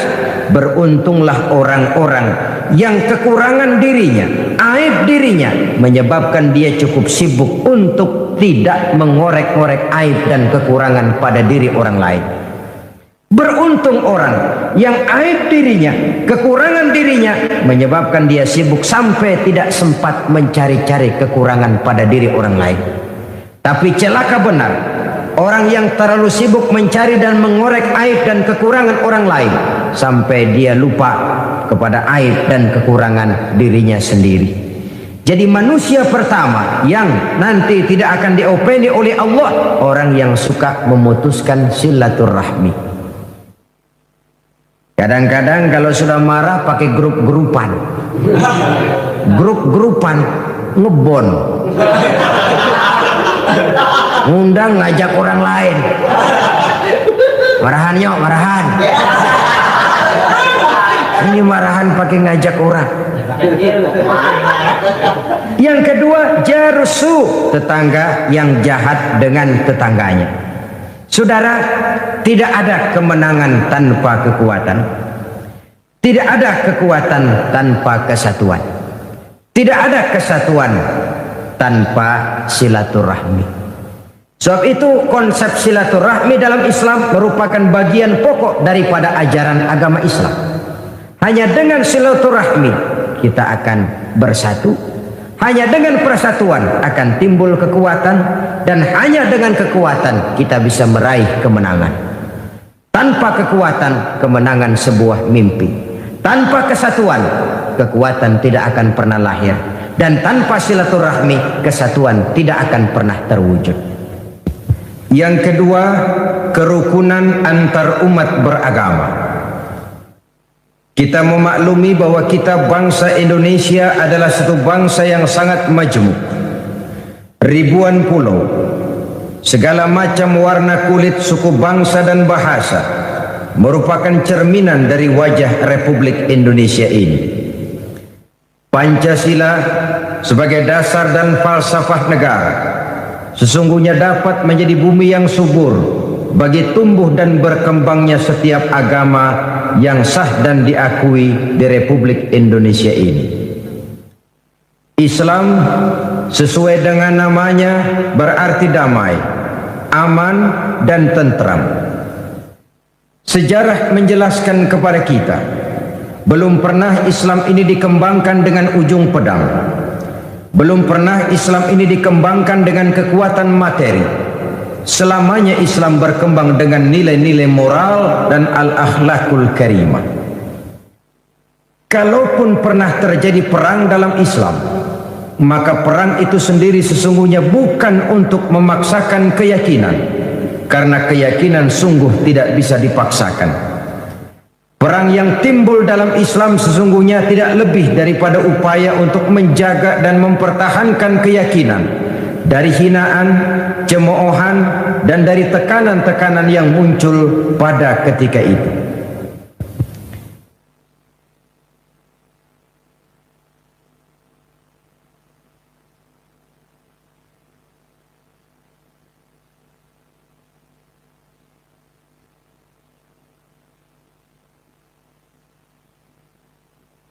Saudara-saudara kaum muslimin rahimakumullah. Namun pada prinsipnya, di negara-negara manapun di dunia ini, apabila umat Islam mayoritas, maka orang-orang luar Islam bisa hidup dengan tenang, aman dan damai. Begitulah kenyataan. Jika dia kecil umat Islam ini, maka dia bisa menjaga diri. Dan jika dia besar, maka dia bisa mengayomi. Kecilnya bisa menjaga diri, besarnya bisa melindungi. Sebaliknya, kalau kecilnya saja sudah kurang ajar, apalagi gedenya, bajingan. Lah orang kalau kecil saja belagu-lagu, apalagi udah gedenya, kan logika begitu. Masih kecil udah berani kurang ajar, apalagi gedenya yang kereng itu. Itu logika mengajarkan begitu. Dimanapun saja umat Islam itu, kalau dia berjumlah sedikit, dia bisa jaga diri. Tapi kalau dia berjumlah besar, dia bisa melindungi. Contohlah misalnya Saudi Arabia, negara Islam, orang luar Islam yang tinggal di luar Mekah, Madinah, dia tinggal di Taif, di Yanbu, di Dhahran, di Jeddah, orang-orang kafir ini hidup dengan tenang, aman, damai, dilindungi undang-undang. Begitu di Mesir, begitu di Malaysia, begitu di Republik Indonesia. Dimanapun saja kalau umat Islam golong. Tetapi kadang-kadang sejarah juga yang menceritakan bahwa kalau kebetulan umat Islam minoritas, nasib mereka menyedihkan, ironi, memilukan, kadang-kadang memalukan. Ini juga merupakan kenyataan daripada sejarah. Oleh sebab itu, untuk mengatur lalu lintas kehidupan beragama, program kerukunan antar umat beragama itu harus berjalan. Saling menghormati, saling menghargai, tapi jangan menyebarkan agama kepada orang yang sudah beragama.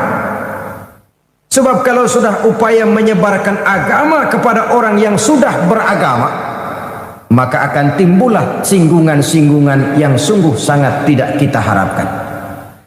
Maka para ustadz, para kiai misalnya tidak boleh membawa-bawa Quran masuk ke rumah-rumah orang lain agama untuk menyebarkan Islam ini.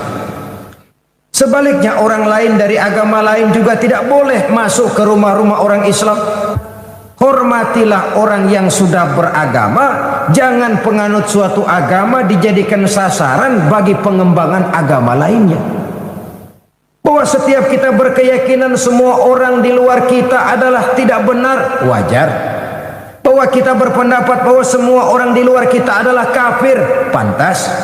Bahwa kita berkeyakinan bahwa semua orang di luar agama kita tidak ada jaminan masuk surga, wajar.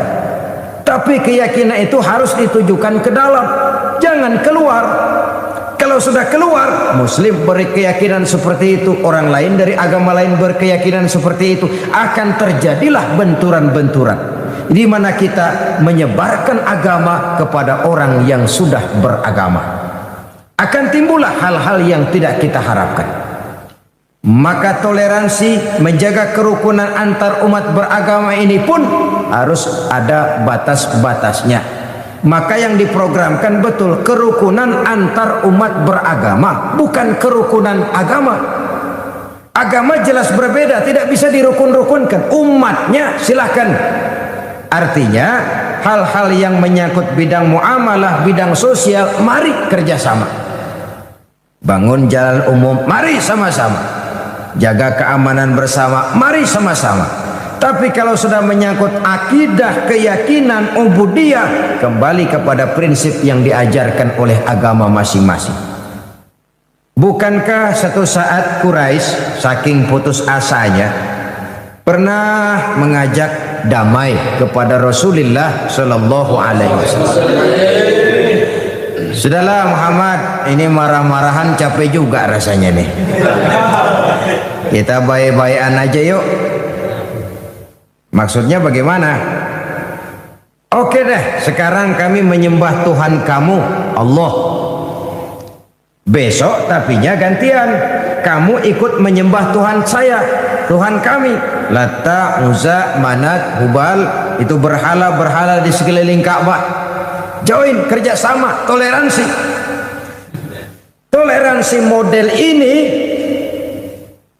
dijawab oleh Allah Subhanahu wa taala, "Qul ya ayyuhal kafirun la a'budu ma ta'budun." Satu nas yang jelas. Muhammad, katakan kepada mereka, orang-orang kafir, aku tidak menyembah apa yang kamu sembah, kamu pun tidak akan menyembah apa yang kamu sembah. Ditutup dengan satu komitmen, satu statement resmi bahwa bagimu agamamu, bagiku agamaku. Artinya agama ada kaplingnya. Jangan lalu dengan dalih toleransi, menjaga kerukunan, lalu yang dirukun-rukunkan agama yang jelas berbeda itu. Wah, jangan fanatik. Bagaimana musimnya aja. Bagaimana musimnya saja.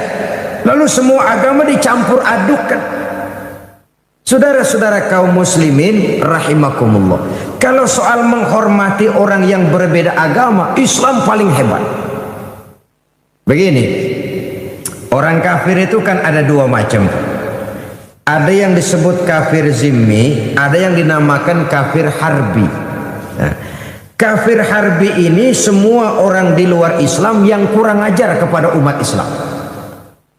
Jelas nantang, jelas mengganggu, jelas menghambat. Kafir harbi, halal darahnya. Yang kedua kafir zimmi, ini orang di luar Islam yang hidup berdampingan dengan umat Islam, saling menghormati, saling menghargai. Terhadap orang kafir seperti ini, Nabi pernah memberikan pesan, man aza zimmiyan faqad azani.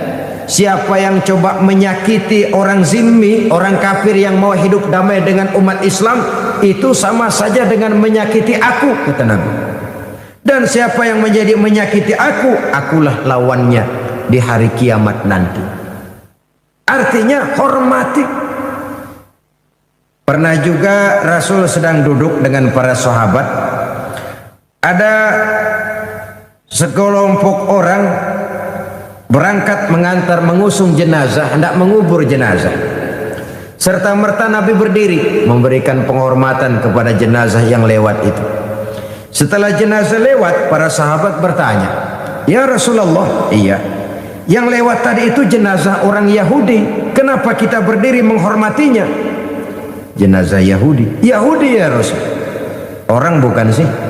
Ya orang, kalau orang mah. Cuman Yahudi. Hormati, kata Nabi. Yang dihormati orangnya, bukan keyakinan. Sudah mati pun dihormati. Konon lagi masih hidup. Tapi jangan lupa, menghormati manusianya tidak sama dengan menghormati agamanya. Jadi oleh sebab itu, dengan dalih apapun, marilah kita bersama-sama berusaha mengekang diri, menjaga kerukunan antar umat beragama. Jangan menyebarkan agama kepada orang yang sudah beragama. Membangun tempat-tempat peribadatan sesuailah dengan kebutuhan umat. Artinya kalau umat Islam di satu kampung cuma 3 orang, tidak usah bangun masjid di kampung itu, mubazir. Yang penting bangun saja, jamaah kan bisa ngebon dari tempat lain. Tidak perlu Muslimnya cuma 3 orang di kampung itu umpamanya, lalu bangun masjid. Tanda tangan orang lain dipalsukan, disuruh ngaku-ngaku Islam atau di-Islam-Islamkan supaya masjid bisa berdiri. Ya tidak benar. Sebagaimanapun juga tidak perlu orang Kristen cuma bertiga di satu kampung lalu bangun gereja di kampung itu. Kan mubazir. Oh, enggak apa-apa, nanti jamaah ngebon dari tempat lain. Akan terjadilah hal-hal yang tidak kita inginkan, timbul reaksi. Kalau sudah timbul reaksi tentu tidak bisa disalahkan, karena memang hal-hal yang seperti itu akan berkembang dan sangat peka sekali. Saudara-saudara kaum muslimin rahimakumullah.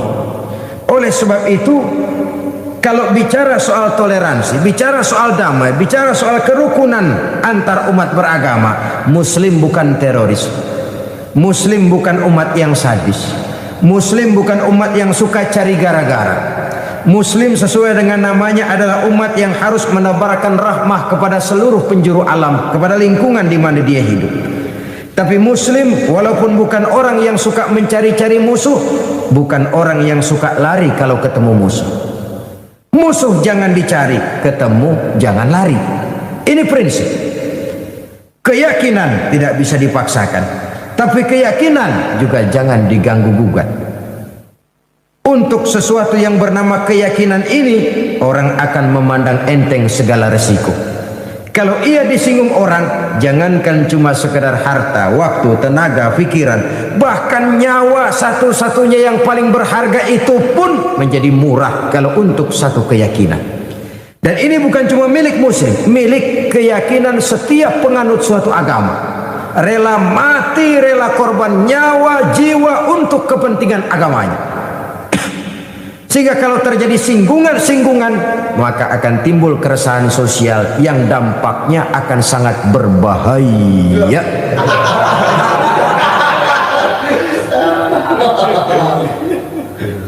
Oleh sebab itulah kita wajib menjaga diri. Tidak beremosi untuk mengejar jumlah dengan melupakan kualitas. Marilah kita bina umat kita masing-masing. Marilah kita bina ke dalam. Marilah kita menjaga gawang masing-masing. Jangan melakukan serangan ke daerah orang lain walaupun dengan cara yang paling halus. Menolong ya menolong orang, silakan. Membantu petani miskin dengan memberikan supermi, beras, pakaian, obat-obatan, beasiswa, silakan. Dari segi sosial itu baik. Tapi kalau itu cuma sekedar dalih, kalau cuma sekedar alat untuk menyampaikan agama kepada orang yang justru sudah beragama, itu kamuflase yang sungguh sangat berbahaya. Dan saya yakin satu agama yang ditegakkan dengan bujukan-bujukan materi, maka di negara-negara yang tingkat ekonominya tinggi, penduduknya makmur, biasanya agama kayak begitu kagak laku itu. Bisa gulung tikar, makin makmur negara, makin tinggi ekonomi rakyat, makin bangkrut itu agama. Pada tingkat di mana kemakmuran rakyat sudah semakin tinggi, itu agama rasanya bakal gulung tikar. Agama adalah soal keyakinan. Keyakinan itu soal kebenaran, dan kebenaran tentu milik bersama. Kita wajib menjaga kerukunan antar umat beragama dengan menjaga dan menghormati perasaan orang yang sudah beragama. Jangan menyebarkan agama sekali lagi kepada orang-orang yang sudah beragama. Jadi dengan demikian Islam memberikan satu gambaran yang jelas sekali. Mari saling menghormati, mari saling menghargai, mari menjaga kerukunan antar umat beragama. Kita bangsa Indonesia hanya bisa membangun adalah apabila negara kita ini aman. Negara kita ini aman apabila kita berada dalam satu kondisi yang saling menghargai, menghormati, dan menjaga kerukunan antar umat beragama. Saudara-saudara kaum muslimin rahimakumullah. Yang ketiga, kerukunan antar umat beragama dengan pemerintah. Kita semua sama-sama maklum kepada satu peringatan dari junjungan kita baginda Nabi besar Muhammad sallallahu alaihi wasallam, beliau bersabda, adalah dua golongan manusia. Apabila keduanya bisa bekerja sama dengan baik, nikmatlah rakyat. Tapi apabila keduanya tidak bisa bekerja sama dengan baik, maka kiamatlah umat. Keduanya adalah ulama dan umaro. Ulama dan umaro harus bekerja sama. Dan bekerja sama artinya bukan saling memperalat. Ulama bukan alat daripada umaro. Keduanya bekerja sama, keduanya sama membangun, hanya bidang pembangunannya saja yang berbeda-beda. Umaro biasanya lebih cenderung membangun lingkungan hidup manusia. Jalan, komplek perumahan, pusat-pusat perbelanjaan, bangunan fisik sekolah, dan lain sebagainya. Sedangkan ulama biasanya lebih membangun manusianya. Keduanya sama berjasa, keduanya sama berjuang, keduanya pun sama berbuat. Hanya saja umaro biasanya disebut sebagai pemimpin formal dan ulama dinamakan pemimpin non formal. Membangun manusia tidak lebih mudah daripada membangun lingkungan fisik. Bagaimanapun kerasnya besi, saudara bisa membentuk besi itu menurut selera saudara. Yang tebal bisa kita tipisin, yang lurus bisa kita bengkokin, yang bengkok bisa kita lurusin, itu besi. Bagaimanapun kerasnya sepotong besi, dia akan tunduk kepada selera si pembuatnya. Tapi namanya manusia, makhluk punya kemauan dan kemampuan, punya perasaan dan pemikiran. Membangun manusia lebih sulit daripada membangun jembatan. Membentuk mental manusia lebih sulit daripada membentuk besi. Namanya saja manusia, punya perasaan, punya pikiran, punya kemauan, juga punya kemampuan. Oleh karena itulah maka keduanya harus bisa bekerja sama. Di dalam hadis lain junjungan kita memberikan peringatan, man istakhaffa bil ulama khasirad dina, wa man istakhaffa bil umara khasirad dunya. Siapa yang menganggap remeh, siapa yang mengentengkan, siapa yang mencemoohkan para ulama, maka dia akan rugi agama. Kalau sudah rugi agama, ya rugi segala-galanya. Sebab kalau orang sudah jauh dari nilai-nilai agama, artinya dia buta nilai. Kalau dia sudah buta nilai, dia terjebak kepada menghalalkan segala cara untuk mencapai satu tujuan. Sebaliknya, wa man istakhaffa bil umara khasirad dunya. Barang siapa yang meremehkan, menganggap enteng, mencemoohkan umara, dia akan rugi dunia. Kita manusia disebut zon politiken, makhluk sosial yang hidup bermasyarakat. Tidak seorang pun di antara kita yang mampu memenuhi kebutuhan hidupnya sendiri. Kita perlu orang lain. Kehidupan bermasyarakat mengarah dan mendorong kepada timbulnya kehidupan berbangsa dan bernegara. Lalu lintas kehidupan berbangsa dan bernegara memerlukan tangan-tangan pengatur, dan itulah yang kita sebut sebagai pemerintah. Maka beruntung orang yang punya pemerintah. Apa saudara pernah membayangkan kalau satu saat kita tidak punya pemerintah? Coba bayangkan seperti apa kita hidup tanpa pemerintah. Akan berlakulah hukum rimba. Siapa yang kuat menyantap yang lemah, siapa yang kaya menghisap yang miskin, akan terjadilah belantara. Oleh karena itu, rumah saudara dirampok, lapor ke Koramil, kata Dan Ramil, maaf aja mas, Koramil baru bubar ini. Hak asasi saudara diinjak-injak, ngadu ke pengadilan, pengadilan bubar. Terjadilah hukum rimba. Wong masih ada pemerintah saja yang kuat sering menekan yang lemah, apalagi kalau tidak ada pemerintah. Pemerintah masih ada ngejedong, masih ada yang kuat sudah suka nekan yang lemah kok. Apalagi kalau tidak ada pemerintah. Saudara-saudara kaum muslimin rahimakumullah, karena itu umat Islam umat yang loyal, bukan umat yang teroris, bukan umat yang sadis. Kita hanya anti kepada kebatilan, maksiat, munkarat, ketidakadilan, kesewenang-wenangan, perbuatan-perbuatan yang merugikan rakyat. Kita tidak pernah memerangi person. Kita hanya memerangi sistem yang tidak benar, dimanapun adanya, siapapun pelaksananya. Kalau antar umat beragama dengan pemerintah sudah tidak ada kerukunan, apa yang bisa dilaksanakan? Pemerintah tanpa didukung oleh umat beragama mau jadi apa? Walaupun Indonesia ini bukan negara agama, tapi Indonesia adalah negaranya umat yang beragama. Dan kita sudah kadang ikrar bahwa komunis tidak punya hak hidup di Indonesia. Walaupun bukan negara agama, tapi jelas negaranya orang yang beragama. Tanpa dukungan dari umat beragama, maka pemerintah tidak akan bisa berbuat banyak.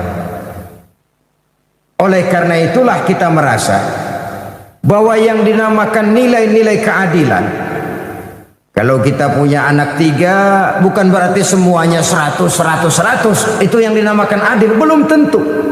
Karena yang umurnya lebih besar tentu tingkat kebutuhannya lebih banyak, wajar kalau dia 500. Anak nomor 2 tingkat kebutuhannya lebih sedikit, wajar kalau dia 250. Anak nomor 3 yang paling kecil kebutuhannya cuma es bonbon sama permen, gocap dah 50 juga anteng. Oh tidak, lalu kita harus berkata, oh saya orang tua yang adil, semua anak 100. Bukan itu keadilan. Sebab umur si anak ini berbeda. Begitu juga kondisi kehidupan umat beragama di Republik Indonesia. Umat Islam ini mayoritas, ini anak paling gede nih. Ini anak paling gede. Masa ukuran kebutuhannya sama dengan anak yang paling kecil? Bukan itu keadilan. Kita saja berhadapan dengan anak-anak kita, umurnya berapa? 17 tahun lah, sedang balik-baliknya nih. Ini ongkosnya banyak kan nih. Yang kedua umur 10 tahun, udah mulai terbuka mata. Yang ketiga umur 5 tahun, anteng pakai es bonbon itu. Jadi bukan berarti 100 sama semua, tidak. Saudara-saudara kaum muslimin rahimakumullah, kita tidak menuntut perlakuan yang berlebihan, tidak. Kita hanya berkata ingin menikmati keadilan itu. Sehingga partisipasi yang timbul, lalu partisipasi yang ikhlas, bukan partisipasi semu yang dipaksakan dari luar, bukan partisipasi yang berbungkus keterpaksaan, yang membungkus keterpaksaan yang ada dalam jiwa dan diri. Hanyalah jikalau umat beragama mendukung pemerintahnya, maka saya yakin kita tahu tahun 64, 65, 66 ketika PKI berontak, siapa sih front terdepan menyelamatkan Pancasila ini? Siapa sih front terdepan menjaga republik ini? Umat Islam bersama-sama dengan ABRI.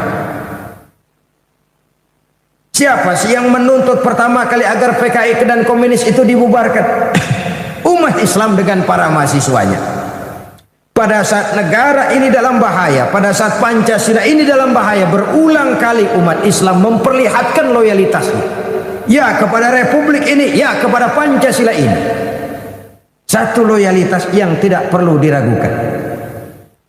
Jadi oleh karena itu, apabila dukungan diberikan oleh umat beragama kepada umaroknya, kepada pemerintahnya, maka saya yakin semua program yang baik, yang bermanfaat bagi kepentingan bangsa dan negara akan terwujud dengan baik.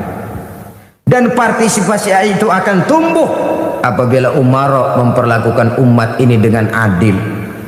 Dengan adil itu ya seperti itu tadi. Ini anak gedean nih, ongkosnya gedean dikit dah. Ini yang nomor 2 sekian, iya sekian. Jangan adil lalu semuanya rata dah, cepet. 100. Yang paling kecil tentu senang tuh. Hore 100, girang bukan main. Tapi yang paling gede kebutuhannya banyak, 100 mau belanja apa ini? Kan begitu toh pada akhirnya.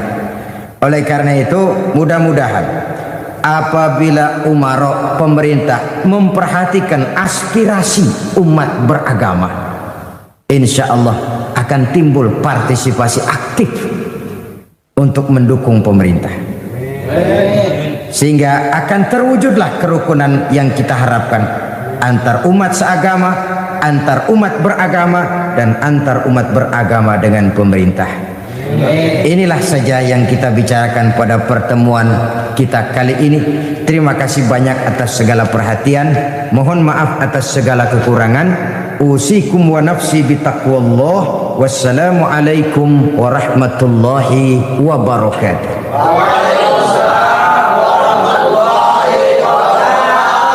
Alhamdulillah, semoga ceramah ini menjadi pengingat dan sumber keberkahan bagi kita semua. Dukung terus dakwah ini dengan subscribe, like, dan share channel ngaji di Teras Online. Wassalamualaikum warahmatullahi wabarakatuh.